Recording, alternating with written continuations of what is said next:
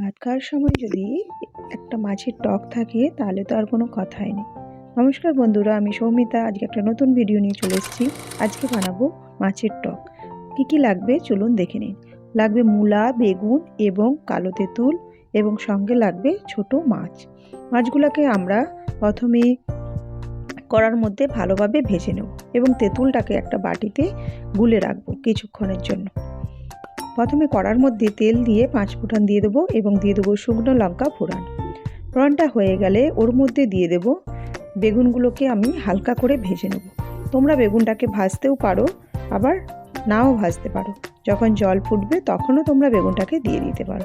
আমি হালকা করে ভেজে নিয়েছি। বেগুনটা যখন হালকা করে ভাজা হয়ে যাবে তারপর ওর মধ্যে দিয়ে দেব গুলে রাখা তেঁতুলটা।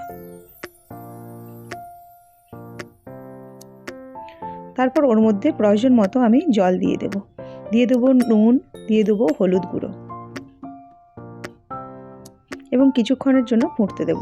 দিয়ে দেবো কেটে রাখা মূলোগুলো।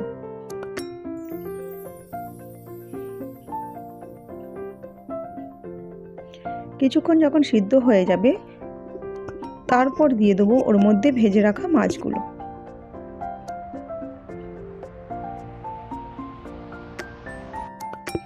আর খুব সামান্য একটু চিনি দিয়ে দেবো।